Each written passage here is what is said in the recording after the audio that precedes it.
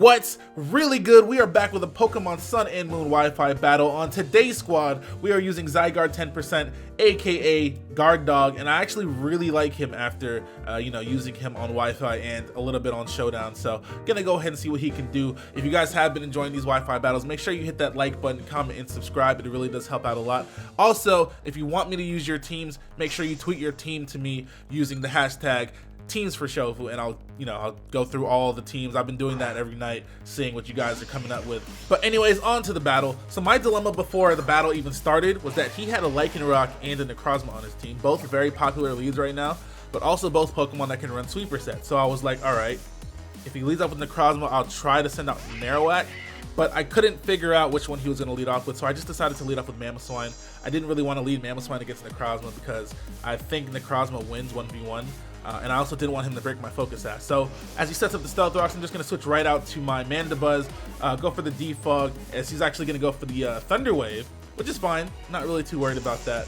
I would have used U-Turn if I wasn't paralyzed, but because I'm paralyzed, I'm just going to predict his switch to his Comfy and actually switch right out to my Marowak, and he actually does just that. So this was a good play on my part because he has absolutely nothing that can take a Flare Blitz, and even if he does, all the Pokemon he has that can take a Flare Blitz will get 2-hit KO'd by it, and I'm faster than all the Pokemon that won't die in one hit to Flare Blitz. So very good play by me because something is going to die on this turn if he decides to stay in, or even if he decides to switch out, something's going to die in 2 turns. And this Marowak is actually jolly max speed. It's not very fast, but it's faster than the Pokemon that can take a hit from it, which is my entire point. So that's very good. One Pokemon is already gone. Like I said, I would have used U-Turn if I wasn't paralyzed, but because I was so certain he was going to switch to Comfy, I just double switched to Marowak because I didn't want to risk getting the paralysis. That would have been really, really annoying. So he's actually going to go out to his Lycanroc. I guess Lycanroc could have taken the Flare Blitz, but not very well. It would have been left with like maybe 40-30%. So that explains why he didn't switch into it. But here he's going to go for the Crunch. I'm going to switch out to my Guard Dog. I didn't think I had anything to take a Stone Edge, and even though this thing is very, very frail, I was pretty certain that I could take any one hit from the Lycanroc and then maybe Revenge Kill with 1,000 arrows, but he's going to switch out, as he should have. I was hoping he switched out to Celesteela so that I could just knock it out of the air with 1,000 arrows and then take it out, but he goes out to his Golisopod, which is definitely his best switch in at this point. I definitely could have predicted it, and I kind of did. I wanted to double switch out to Mamoswine, but I was like, okay, my Zygarde just took 60% of its health with a Crunch, so I'm just going to stay in here and see what I can hit with 1,000 arrows. But here I'm just going to switch out to my Mamoswine because I'm not quite sure what set this thing is running yet. It definitely doesn't have a red card because I hit it with 1,000 arrows, so it's probably running Choice Band or Life Orb. He actually turned out to be Life Orb, and he lowers my defense with the Liquidation. So that's actually really annoying because I'm going to take a lot of damage from whatever's coming next. And he actually ends up going for the Rock Slide, which I haven't seen many Golisopods running. But the Rock Slide is actually going to do a ton of damage to me after the defense drop. Luckily for me, I don't get paralyzed or flinch. What? This is me we're talking about. That never happens to me. I definitely would have gotten flinched or paralyzed on Showdown, I'll tell you that much. Anyways, I'm going to go for the U-Turn and get a critical hit. Kind of didn't want the critical hit because now I brought him down low enough to where he's going to be able to switch out. And the thing is, when you activate Emergency Exit with a move that would normally make you switch out, like U-Turn or Volt Switch or a Parting Shot, you actually don't switch out. So he's going to go out to his Lycanroc, and I'm still going to be in here. So I can't, really switch out. I don't want to switch out into anything that can, get hurt by Lycanroc. Lycanroc with a Life Orb is actually very, very powerful, and the Pokemon's pretty fast itself. So he takes out my Mandibuzz. Not really a big deal. I'm going to go out to my Mamoswine just so I can get my rocks up. I really believe that Stealth Rocks are a very important move in this battle specifically, so I'm just going to go for them, maybe weaken that Alolan Muck whenever it comes in. He goes for the Brick Break, so even though I'm probably going to get 2-hit KO'd here, I don't really care. I got my rocks up, which is the only thing that I wanted out of this exchange here. But he doesn't go for the Excel Rock on the next turn. He actually lets me get a critical hit Ice Shard. Now, the crit was unfortunate, but I don't know why he didn't go for the Excel Rock. Excel Rock probably would have killed me from where I was with the Life Orb damage. So I'm not quite sure why he didn't go for it, but that's just going to allow me to send out my Oven. Now here, I wasn't quite sure what I wanted to do. I was thinking he might switch out. I was thinking, I don't know. I kind of thought he was going to stay in and attack me. So what I did is I went for the Autotomize just so that I could be faster than whatever came in. I didn't really think that he'd switch out, just considering he's going to die when he comes back into Stealth Rock. So I figured that, okay, if he switches out and switches back in, he'll die. So why would he not go for, you know, his strongest move on my Celesteela right now? I can take the hit, he'll die to Life Orb, and then I'll go for the Autotomize. But he actually switched out. So I was like, okay, maybe he just wants to save that thing as death fodder to bring in when he doesn't have anything to switch into the current Pokemon that I have out. That's also a viable strategy. So whatever, I go for the Leech Seed on his Alolan Muck, and he goes for the knockoff. Knockoff does a ton of damage. This is the Autotomize set, so of course I don't really have any you know, defense or anything like that. But with the Leech Seed recovery, I should be fine. I don't really need my leftovers anymore, considering that the Leech Seed is actually going to be restoring way more than leftovers ever would have anyway. So now I'm just going to go straight for an Air Slash, see if I can flinch that Muck, maybe get some more Leech Seed recovery. But he actually goes out to Captain Zach, his own Celesteela.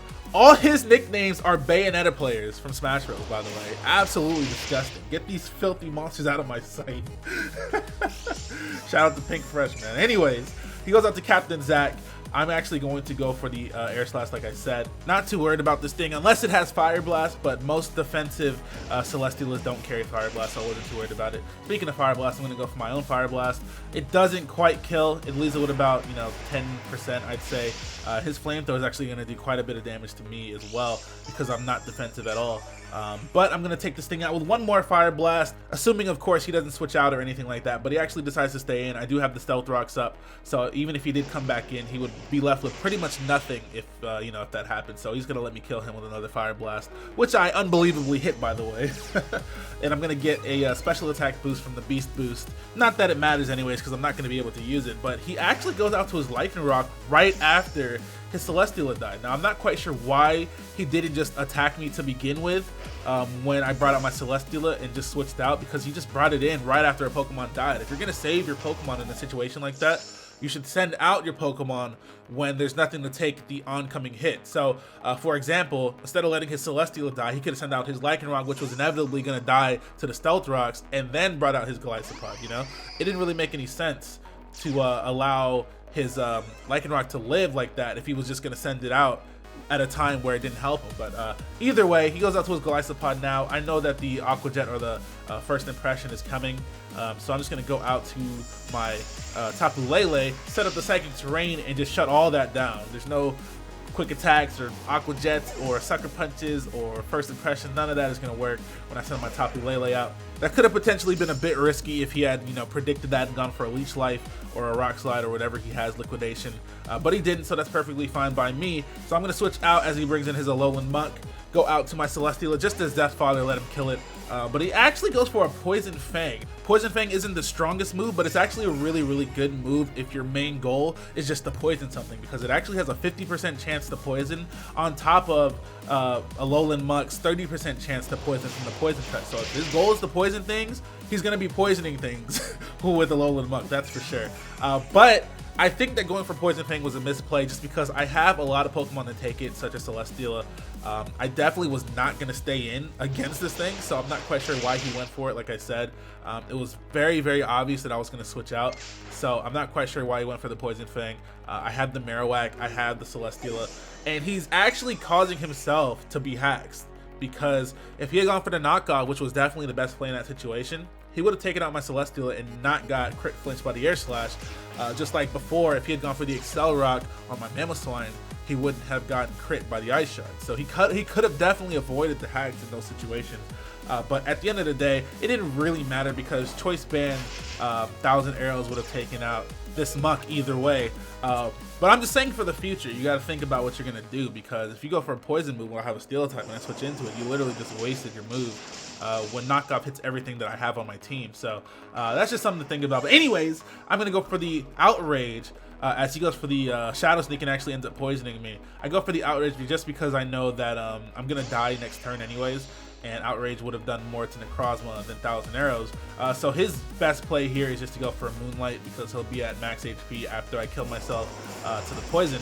So that's that. That was a good play on his part, because that's exactly what he does. So he's at about full after this turn is over, just because I'm going to, you know, kill myself to the poison, and then he's going to, you know, be here chilling by himself with his full HP. But I do have the Marowak in the back, and even though Necrozma's ability weakens super effective moves, and even though I'm actually running Jolly Marowak instead of Adamant, I should have plenty of power with the Thick Club to take out this Necrozma in 2 hits. So that essentially is going to be the battle. So good game, Dragonite. Dragonite is also in my Twitch subscriber Discord, which is where I had this battle. So if you guys ever want to battle, I do go in there and get battles quite frequently. So subscribe to me on Twitch if you guys want to join my Twitch subscriber Discord. You can also talk to me directly whenever you want. But that's going to be the battle because he's just going to go for the Psychic after I go for the... I actually did quite a bit of damage. Wow. Wow. That thing must have been... I don't know. Is that normal damage? I don't think Marowak should be taking that much damage from a non-invested Psychic. Holy crap. Anyways, he goes for the Psychic, it leaves me with 10 HP, and I'm just going to take him out with another Shadow Bone. So that's going to be the battle, like I said. But if you guys ever do want to battle me, you can always subscribe to me on Twitch and hit me up if you need anything, honestly. I just help everybody out that's in there if they need help. But yeah, thank you guys for watching. Really like this team. Definitely going to be using this team again in the future. Send me your teams using the hashtag Teams4Shofu on Twitter. Hit that like button, comment, subscribe, all that good stuff. Check out the playlist, check out the videos on the screen right now, and we'll be back tomorrow with another Wi-Fi battle. I am out of here. Bye!